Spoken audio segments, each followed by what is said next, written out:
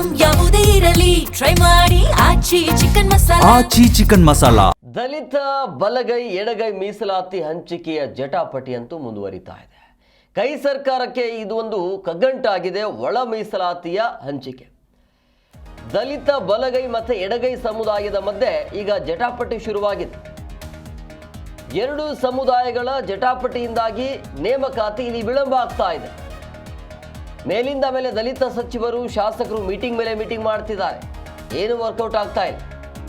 ಸಭೆ ಮಾಡಿದ್ರು ಕೂಡ ಒಮ್ಮತಕ್ಕೆ ಬರ್ತಾ ಇಲ್ಲ ಎರಡು ಸಮುದಾಯಗಳು.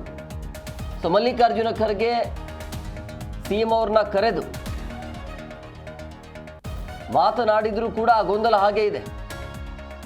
ಸೊ ಒಮ್ಮತಕ್ಕೆ ಬರ್ತಾ ಇಲ್ಲ ದಲಿತ ಬಲಗೈ ಮತ್ತು ಎಡಗೈ ನಾಯಕರು.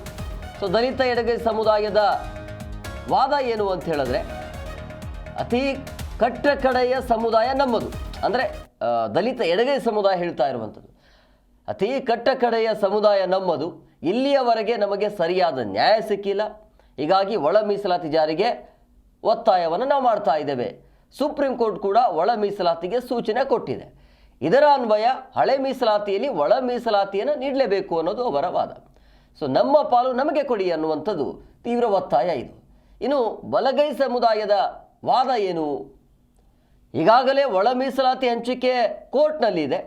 ರಾಜ್ಯಪಾಲರು ಕೂಡ ಬಿಲ್ಗೆ ಅಂಕಿತವನ್ನು ಹಾಕಿದರೂ ಕೂಡ ಶೇಕಡವಾರು ಮರು ಹಂಚಿಕೆ ಆಗಬೇಕು ಅನ್ನೋದು, ಹೊಸ ಬಿಲ್ ತರಬೇಕು, ಅನಿವಾರ್ಯ ಅಥವಾ ಹೊಸ ಸಮೀಕರಣ ರೂಪಿಸಬೇಕು ಅಂಥೇಳಿ.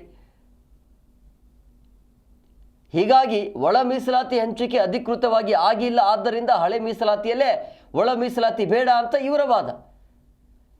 ಅಂದರೆ ಒಂದೇ ಮೀಸಲಾತಿಯಲ್ಲಿ ನೇಮಕಾತಿ ಆಗಲಿ ಅಂಥೇಳಿ ಪಟ್ಟನ್ನು ಹಿಡಿತಾ ಇರೋದ್ರಿಂದಾಗಿ ಈ ಎರಡೂ ಸಮುದಾಯಗಳ ನಡುವೆ ತೀವ್ರ ಜಟಾಪಟಿ ಅಂತೂ ಮುಂದುವರಿತಾ ಇದೆ.